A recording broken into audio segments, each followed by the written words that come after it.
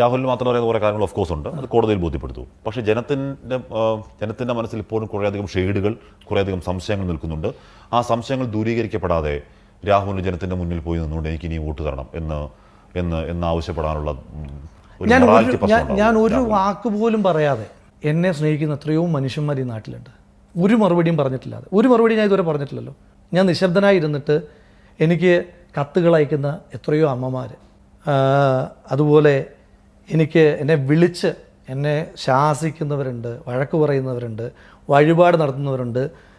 സത്യം പറഞ്ഞാൽ ഈ എന്നെ വിളിക്കുന്ന ആളുകളൊക്കെ പറഞ്ഞ പള്ളികളും അമ്പലങ്ങളും ഒക്കെ പോകാൻ തീരുമാനിച്ച ഇനിയുള്ള മനുഷ്യായുസ് മുഴുവൻ അതിനു വേണ്ടിയിട്ട് മാറ്റി വയ്ക്കേണ്ടി വരും.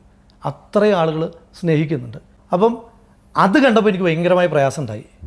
അത് കണ്ടപ്പോൾ എനിക്ക് ഭയങ്കരമായ പ്രയാസവും കുറ്റബോധവും ഒക്കെ ഉണ്ടായി. അതെനിക്ക് കുറേ തിരുത്തലുകൾ വരുത്തിയിട്ടുണ്ട്.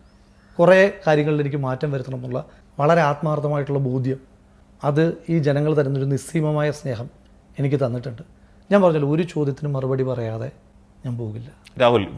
രാഹുൽ ഇപ്പോഴീ കേസില്ല എങ്കിൽ അങ്ങ് ചോദിച്ചതടക്കമുള്ള ഒരു ചോദ്യത്തിനും ഞാൻ പറഞ്ഞല്ലോ, നിങ്ങൾ ആരോപിക്കുന്നത് പോലെയുള്ള ഒരു ക്രൈമും ഞാൻ ചെയ്തിട്ടില്ല. നിങ്ങൾ ആരോപിക്കുക അതിലുണ്ടല്ല. ബാക്കി ഞാൻ വഴിയെ പറയും. ഞാൻ പറയാതെ പോകില്ല.